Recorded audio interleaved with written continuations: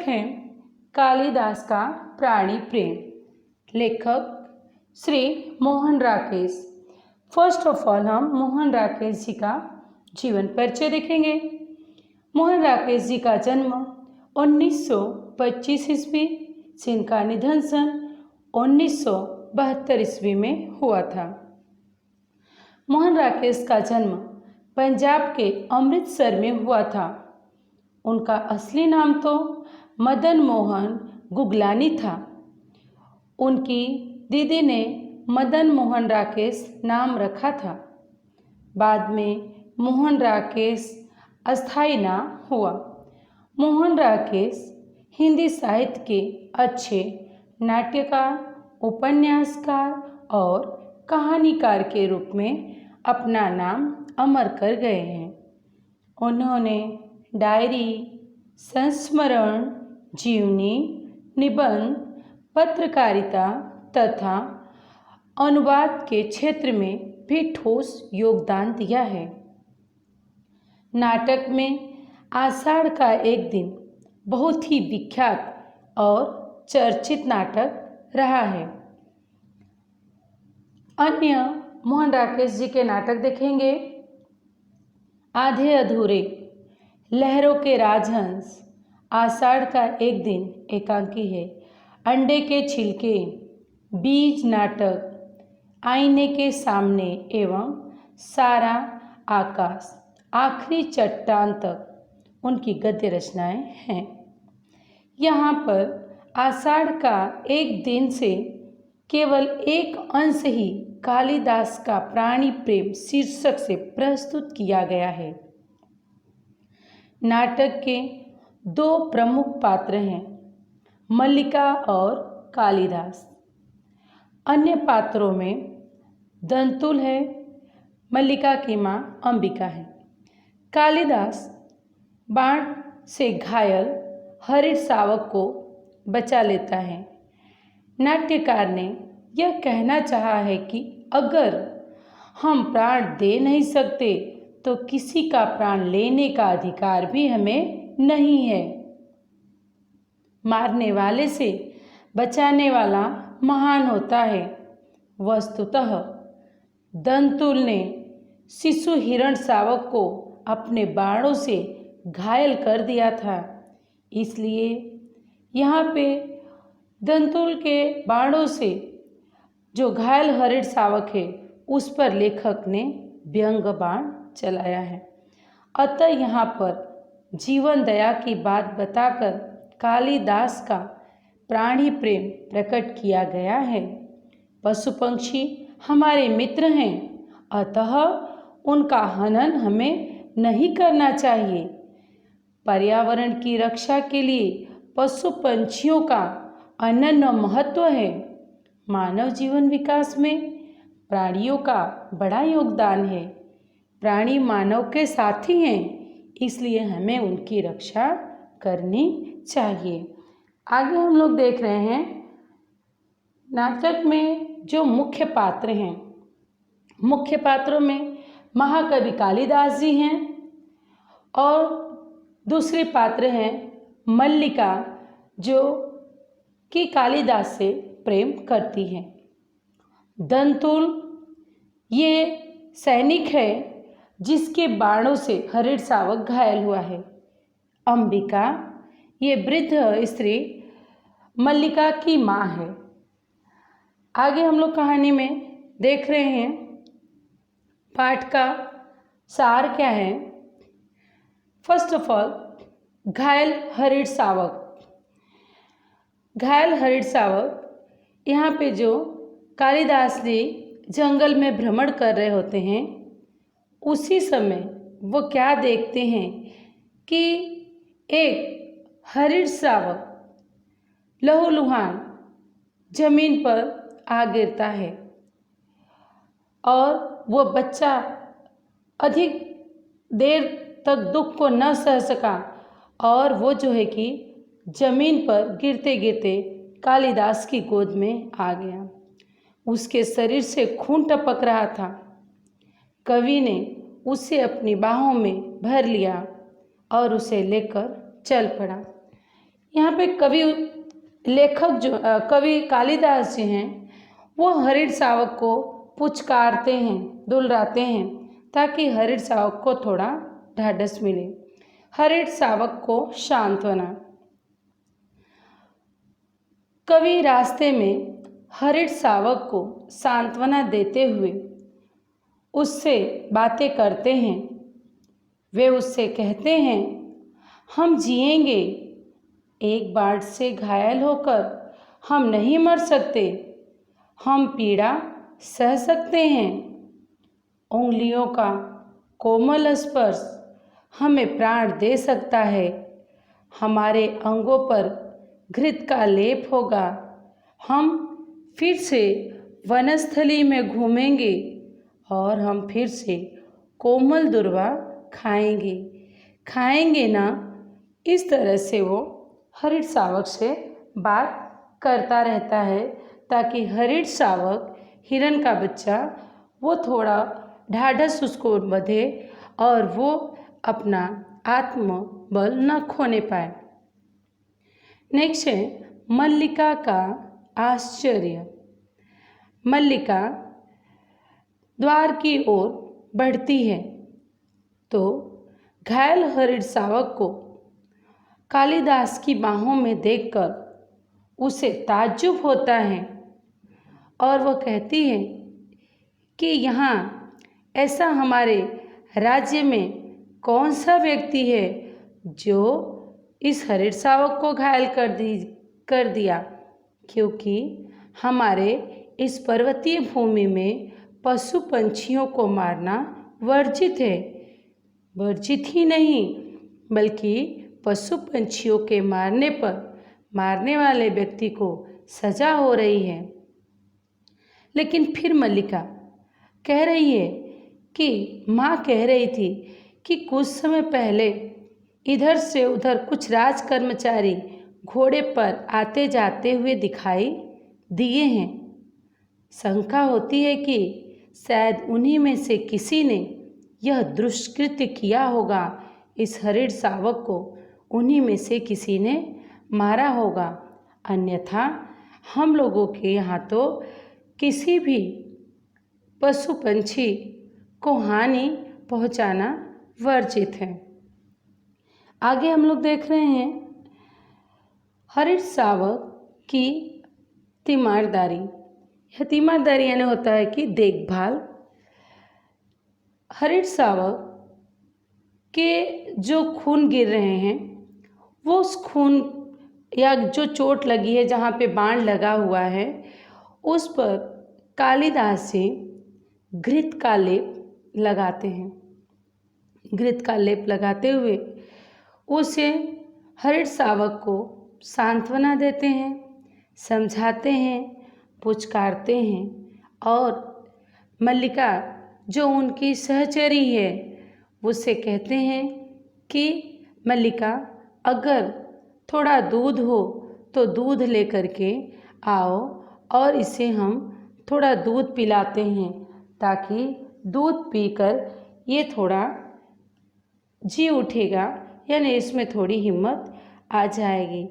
इस तरह से मल्लिका जो है कि अंदर जाती है और एक भाजन में दूध लेकर के आती है और कालिदास को उस हरिण शावक को पिलाने के लिए वो दूध देते हुए कहती है कि माँ आज बहुत रुष्ट है। माँ को अनुमान हो गया है कि वर्षा में मैं तुम्हारे साथ थी, नहीं तो इस तरह भीग कर ना आती। माँ को अपवाद की बहुत चिंता है, लोग आपके साथ मुझे देखेंगे तो तरह तरह की बातें बनाएंगे, इस वजह से माँ बहुत चिंतित है। कालिदास हरिण शावक को दूध पिलाता हुआ मल्लिका की बातों पर ध्यान न देकर के वो हरिण शावक से बात कर रहा है। क्या कर रहा है? हमारी पीड़ा धीरे धीरे दूर हो रही है, हम स्वस्थ हो रहे हैं। न जाने इसके रुई जैसे कोमल शरीर पर उससे बाण छोड़ते कैसे बना। वह कुलाच भरता हुआ मेरी गोद में आकर गिर पड़ा। मैंने कहा, तुझे वहाँ ले चलता हूँ जहाँ तुझे अपनी माँ की सी आँखें और उसका शाही स्नेह मिलेगा। इसलिए हे मल्लिका, मैं इसको तुम्हारे पास लाया हूँ। कालिदास हाथ में दूध का भाजन ले लिया और उसको पिलाते हुए इस तरह से बातें वो हरिण शावक से करता है। इसके बाद हम लोग देखेंगे राजपुरुष का प्रवेश। ये राजपुरुष राजकर्मचारी प्रवेश कर रहा है। वो जो कर्मचारी है उसे अपने शिकार को चाहिए और इसलिए वो किस तरह से तो हरिण शावक के जो टपकते हुए लहू हैं, बाणों से घायल और उसके शरीर से रक्त की बूंदें टपक रही थीं और उन्हीं रक्त की बूंदों का अनुसरण करता हुआ वह जो है कि आकर के ड्योढ़ी पर, यानी जहाँ कालिदास मल्लिका के घर आए होते हैं उनकी ड्योढ़ी पर यानी दरवाजे पर आकर रुकता है और कह रहा है कि वह अपने बाण से घायल हरिण शावक को कहता है कालिदास से कि ये मेरा शिकार है, इसे मुझे दे दो। वह आग्रह करके कालिदास से हरिण शावक को मांगने लगता है। कालिदास उससे कहते हैं कि इस प्रदेश में हिरणों का आखेट नहीं होता, तुम इस बात से अनभिज्ञ हो, इसलिए मुझे तुम्हें अपराधी नहीं मान रहा हूँ, इसलिए मैं तुम्हें अपराधी नहीं मान रहा हूँ, या फिर हमारे इस वन प्रदेश में तुम्हें अपराधी नहीं माना जा रहा है क्योंकि तुम्हें पता नहीं था। यह कुछ कम नहीं है कि हम तुम्हें सजा नहीं दे रहे हैं। दंतुल कालिदास को राजपुरुष के अधिकार का भय दिखाता है। दंतुल कहता है कि शायद तुम्हें पता नहीं कि राजकर्मचारियों के अधिकार कहाँ तक होते हैं। राजपुरुष का अधिकार जो है कि जहाँ तक राजा का क्षेत्र होता है, पूरे क्षेत्र में राजा के कर्मचारियों का अधिकार होता है। और मैं तो राजपुरुष हूँ और मुझे सजा देना, मुझे अपराधी ठहराना किसी मामूली से ग्रामवासी करेंगे? बिल्कुल नहीं। ग्रामीण युवक अपराध और न्याय का शब्दार्थ भी जानते हो। हम राजकर्मचारी हैं, हमें पता है कि न्याय या अपराध क्या होता है। इस तरह से वो कालिदास से तर्क वितर्क करता है। कालिदास उससे कहते हैं, यह हरिण शावक पार्वत्य भूमि की संपत्ति है। वे हरिण शावक को लेकर कहते हैं कि मैं तुम्हें कदापि नहीं दूंगा, मारने वाले से बचाने वाला बड़ा होता है। इस हरिण शावक को मैंने बचाया है, इसलिए मैं तुम्हें कदापि नहीं दूंगा। और इस तरह से बात करता हुआ कालिदास हरिण शावक को अपनी गोद में लेकर दरवाजे से बाहर निकलने लगते हैं। राजपुरुष अपनी तलवार की मूठ पर हाथ रखकर उनके पीछे बड़ी तेजी से जाना चाहता है। मल्लिका का तर्क। आगे हम लोग देख रहे हैं कि दंतुल जो राजकर्मचारी है उससे मल्लिका क्या तर्क करती है। मल्लिका जो है उस राजकर्मचारी के सामने खड़ी हो जाती है और राजपुरुष को रोककर उसे समझाती है कि यह घायल हरिण शावक के लिए हठ न करो। तो यह हरिण शावक कालिदास तुम्हारे लिए अधिकार का प्रश्न है कि तुमने इसे मारा है और इस पर तुम्हारा अधिकार है और तुम इसे ले लोगे या तुम इसे छीनना चाह रहे हो कालिदास से। तुम्हारे लिए सिर्फ हरिण शावक अधिकार का प्रश्न है, परंतु कालिदास के लिए यह हरिण शावक संवेदना का विषय है। कुछ भी हो जाए पर कालिदास तुम्हें इस हरिण शावक को न देंगे। चाहो तो कालिदास के प्राण ही क्यों न ले लो, परंतु कालिदास तुम्हें ये हरिण शावक न देंगे। राजपुरुष जो दंतुल हैं वो मल्लिका द्वारा भी कालिदास का नाम सुनते ही वह जो है कि आश्चर्यचकित होता है। वो अभी तक पहचान ही नहीं पाया था कि ये महाकवि कालिदास है। यहाँ तो मल्लिका जब उसको अपने ड्योढ़ी पर खड़ी हो जा कर के रोक देती है और वो कहती है कि तुम्हारे लिए अधिकार का प्रश्न है, परंतु कालिदास जी के लिए संवेदना का प्रश्न है। कालिदास निशस्त्र होते हुए भी तुम्हारे शस्त्रों की चिंता नहीं करेंगे और किसी भी हाल में तुम्हें यह हरिण शावक वो देंगे नहीं। राजपुरुष के रुख में परिवर्तन। राजपुरुष के रूप में परिवर्तन, कैसे उसके रूप में परिवर्तन आता है वो हम लोग देखेंगे। जैसे ही वो मल्लिका के मुंह से कालिदास नाम सुनकर राजपुरुष दंतुल सन्न रह गया। वो बिल्कुल निस्तब्ध हो जाता है, शब्द रहित हो जाता है। उसने आश्चर्य से कहा कि क्या ये वही कालिदास है जिन्हें ढूंढने के लिए मैं आया हूँ, जिन्हें हमारे राज्य के कर्मचारी ढूंढ रहे हैं, हमारे उज्जैन के राजा विक्रमादित्य उन्हें ढूंढने के लिए हम लोगों को भेजे हैं। क्या ये वही कालिदास हैं जो कवि हैं? मल्लिका द्वारा हामी सुनने पर कि हाँ ये वही कालिदास हैं जिस व्यक्ति से अब तक वो तर्क वितर्क कर रहा था, उससे बहुत पश्चाताप होता है।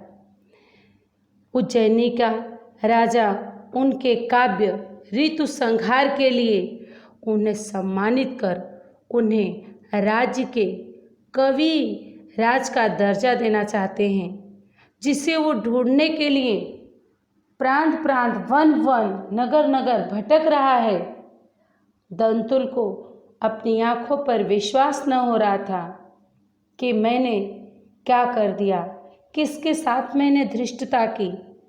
जो व्यक्ति हमारे राजा के लिए सम्माननीय है, हमारे राजा विक्रमादित्य जिनका सम्मान करने के लिए और जिन्हें राजकवि का स्थान देने के लिए राजमहल में बुला रहे हैं, मैंने उनके साथ इतनी बड़ी धृष्टता कर दी। मेरी धृष्टता क्षमा के योग्य नहीं है। दंतुल मल्लिका से कहता है कि आचार्य वर रुचि इसी उद्देश्य से उज्जैनी से यहाँ आए हैं ताकि वो कालिदास से मिल सके और कालिदास को उज्जैनी के राज्य में ले जाएं। मल्लिका यह सब दंतुल के मुँह से सुनकर चौंक जाती है। राजपुरुष दंतुल कवि कालिदास के साथ अशिष्टता के लिए अपने मन ही मन बार बार पश्चाताप करता है, खेद व्यक्त करता है और कहता है कि अब मुझे महाकवि कालिदास से क्षमा मांगनी चाहिए। मैंने जो किया है वो क्षमा के योग्य तो नहीं किया है, परंतु कालिदास इतने महान हैं, वो चाहें तो मुझे क्षमा भी कर सकते हैं। और इस तरह का विचार करके दंतुल तुरंत जो है कि कालिदास के पीछे निकल पड़ता है। आगे हम लोग देख रहे हैं पाठ से रिलेटेड शब्दार्थ हैं। हरिण शावक, हिरण का बच्चा, आस्तरण बिछौना, चौकड़ी भरना, कुलांच यानी चौकड़ी भरना। हिरणों का झुंड जो दौड़ते समय जो हाई जंप लेता, कूद कूद कर दौड़ता है, उसे चौकड़ी भरना कहा जाता है। घृत घी, भाजन पात्र, कोई कटोरी प्लेट, उसे भाजन का नाम दिया जाता है। अनुसरण ये पीछे पीछे, किसी के पीछे चलना, किसी की बातें मानकर उसको फॉलो करना, अनुसरण। आखेट, शिकार। तल्प, शैया, अटारी। तल्प यानी होता है बिस्तर, भी होता है एक नरम मुलायम बिस्तर को भी तल्प की संज्ञा दी जाती है। Thank you so much.